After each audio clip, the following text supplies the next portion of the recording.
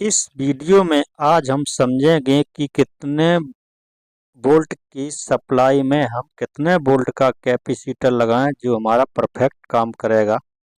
तो इस वीडियो में आज हम यही समझेंगे। तो ये हमारे पास कुछ कैपेसिटर हैं। तो इसमें कुछ नॉन पोलराइज्ड कैपेसिटर हैं और कुछ पोलराइज्ड कैपेसिटर हैं। तो हमारे दो तरीका के कैपेसिटर हैं। कुछ इसमें कुछ डीसी कैपेसिटर भी है जो हमारी डीसी सप्लाई पर लगता है। तो ये रहा हमारा कैपेसिटर, इसको डीसी कैपेसिटर भी बोलते हैं।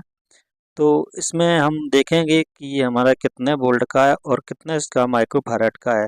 माइक्रोफैराड मतलब इसकी क्षमता का हिसाब होता है, इसको माइक्रोफैराड की क्षमता से देख। तो हमने ये कैपेसिटर को ले लिया है। अब हम इसको देखेंगे कि हमारे ये कितने वोल्ट का है और कितने माइक्रोफैराड का कैपेसिटर है। तो इसमें देख रहे हो, तो इसमें जो सफ़ेद पट्टी ये दिख रही है, तो ये माइनस की दिखाता है।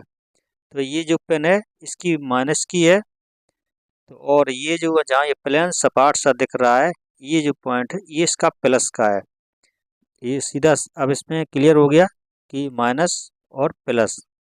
तो इसकी जो जहाँ पर हमारी सप्लाई आ रही है, जैसे हमारी इसमें एक सौ साठ वोल्ट का ये कैपेसिटर है। अब इसको हम देखेंगे कि ये हमारे जहाँ देखेंगे कि जहाँ पर 110 वोल्टेज की सप्लाई आ रही है, तो वहाँ पर ये हम कैपेसिटर को लगाएंगे तो ये हमारा अच्छा सा काम करेगा। और कैपेसिटर का यही काम होता है कि वोल्टेज को हमें मेंटेनेंस रखे, वोल्टेज को कम ज़्यादा ना होने दे, एक फिक्स धारा में करंट को बहने दे। ये कैपेसिटर फिल्टर के रूप में, ये कैपेसिटर जो है फिल्टर के रूप में काम करता है। इसीलिए इस कैपेसिटर को लगाते हैं कि वोल्टेज हमारा प्रॉपर मतलब मिलता रहे।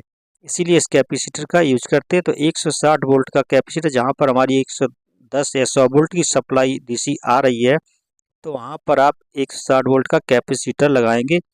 क्योंकि जितनी वोल्टेज आ रही है उससे आप कुछ बढ़ा के ही कैपेसिटर लगाएं, क्योंकि बाई चांस अगर आपकी वोल्टेज बढ़ती है तो ये कैपेसिटर जल्दी से ख़राब ना हो। तो कभी कभी हो जाता है कि वोल्टेज हमारे जो है आउटपुट पे जो है ज़्यादा वोल्टेज आ जाता है, तो कैपेसिटर फटेगा। तो इसे ज़्यादा ही वोल्टेज का कैपेसिटर यूज किया जाता है।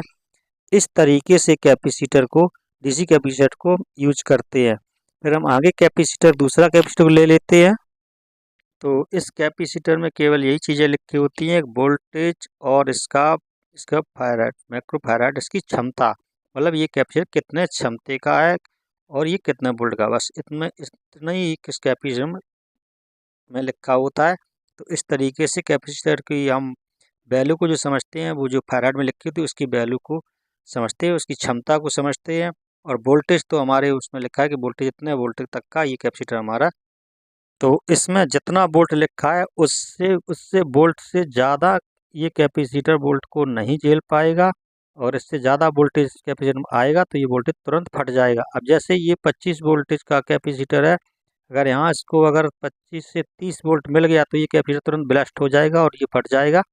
और सब तो और सप्लाई को ये मतलब अप डाउन अपने आप होने लगेगी। तो इस तरीके से कैपेसिटर के वोल्टेज के हिसाब से कैपेसिटर को यूज किया जाता है। जैसे ये 25 वोल्ट का है तो यहाँ पर आप, जैसे आपकी सप्लाई 12 वोल्ट आ रही है तो ये 25 वोल्ट का कैपेसिटर वहाँ पर लगेगा। इस तरीके से इस कैपेसिटर का यूज करते हैं।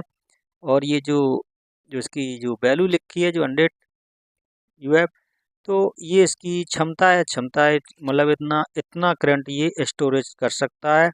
तो ये क्षमता के ऊपर है, इस कैपेसिटर की जो क्षमता है वो उतने ही तक का करंट की, उतने समय तक ये करंट को रोकेगा और ये अपने आप डिस्चार्ज हो जाएगा। इस तरीके से इस कैपेसिटर का यूज करते हैं।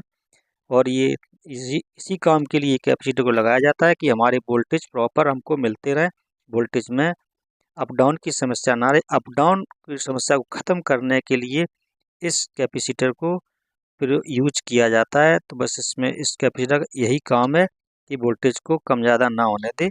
जैसे कि ये हम एक कैपेसिटर तीसरा ये ले लेंगे, तो इसमें अभी 50 वोल्ट लिखा है और ये 47 माइक्रोफैराड इसकी क्षमता है और 50 वोल्ट। तो ये जो है, आप जहाँ पर आपकी 30 वोल्ट की सप्लाई आ रही है तो वहाँ पर आप इस 50 वोल्ट का यूज करेंगे, जिससे कि ये अच्छा वर्क करेगा। और वो जो इसकी माइक्रोफैराड लिखा है वो तो इसकी क्षमता है कि इतने करंट कैपेसिटर को रोक सकता है। जैसे ये हमारा ये नॉन पोलराइज्ड कैपेसिटर है, इसमें कोई प्लस माइनस नहीं होता है। आप इसको कैसा भी लगाओ प्लस, इसमें आप उल्टा सीधा कैसा भी कैपेसिटर लगाओ, ये इसमें कोई प्रॉब्लम नहीं आएगी, आप ये अच्छा से काम करने लगेगा। इसमें भी वोल्टेज इसको पीएफ कैपेसिटर के नाम से इसे जानते हैं, क्योंकि इसकी जो वैल्यू लिखी थी पिको फैराड में इसकी वैल्यू होती है। तो इस तरीके से इस कैपेसिटर को यूज करते हैं। इसको आप उल्टा सीधा कैसा भी लगाओ, ये कैपेसिटर आपका ख़राब नहीं होगा। तो बस इन दो कैपेसिटर में यही फ़र्क था कि वो मतलब एक उसकी एक सीमा, एक दिशा होती है, वो अपने दिशा में ही काम करेगा। इसकी कोई दिशा नहीं होती है, आप एक कैसा भी कैपेसिटर लगा सकते हैं और ये यूज होगा। जैसे इसमें भी वोल्टेज लिखा होता है, तो ये आप उस वोल्टेज के हिसाब से इस कैपेसिटर को यूज करते हैं, जैसे मैं बताया था उसी हिसाब से इस कैपेसिटर को यूज करेंगे। बस यही चीज़ें इस कैपेसिटर को समझना थी कि इस कैपेसिटर में के कुछ कैपेसिटर ये पोलराइज्ड कैपेसिटर होते हैं और नॉन पोलराइज्ड भी कैपेसिटर होते हैं। तो आप जो इस तरीके से हमने इस वीडियो में आपको बताया, वीडियो हमारा अच्छा लगे तो लाइक करें, चैनल को सब्सक्राइब कर लें।